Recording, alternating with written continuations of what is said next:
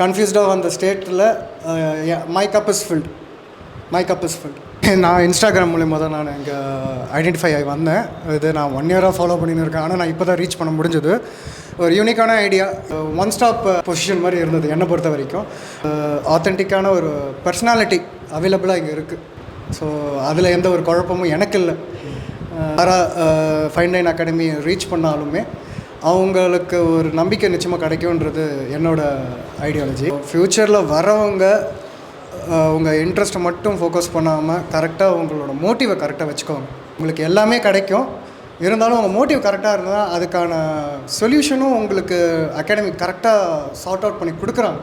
So அது ரொம்ப முக்கியமான விஷயம். அது நம்ம நிறைய குழப்பத்தோடு வரலாம், ஆனால் அதுக்கான பதில் ஒழுங்காக கிடைக்கணுன்றது ஒன்று இருக்குது. ஸோ அது இந்த இடத்துல கிடைக்குது.